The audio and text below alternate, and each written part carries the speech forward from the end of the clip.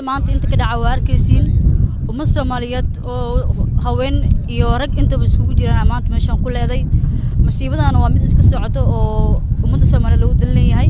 qasaarada arkaysiin goobjoog ah ka ahayn alxamdulillah ilaahay duuniga bixiyay mahad ilaahay iska leh wiiraan inta qofood aan arkay dhimashadooda ilaahay waxay leeyihiin 10 qofood dhaawacyadana ilaahay waxaan ku qiyaasaa 8 qofood inta xisaabiye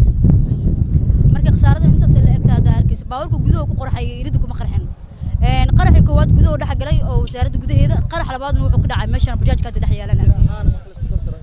tira ahaan marka isku diraaniya dhimashada waa ilaa inta xisaabiye 10 waa dhaawacyadana 8 xisaabiye inta soo hubaani aniga ma tirsan laakiin diriska sababtoo waa waag dhawaan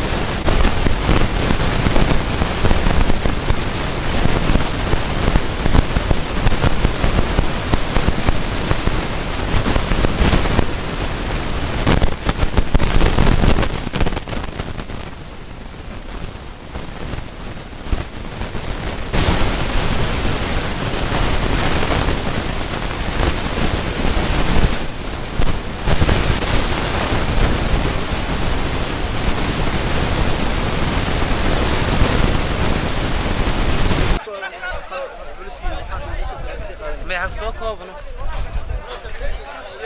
راح يجي جودي كامل نقول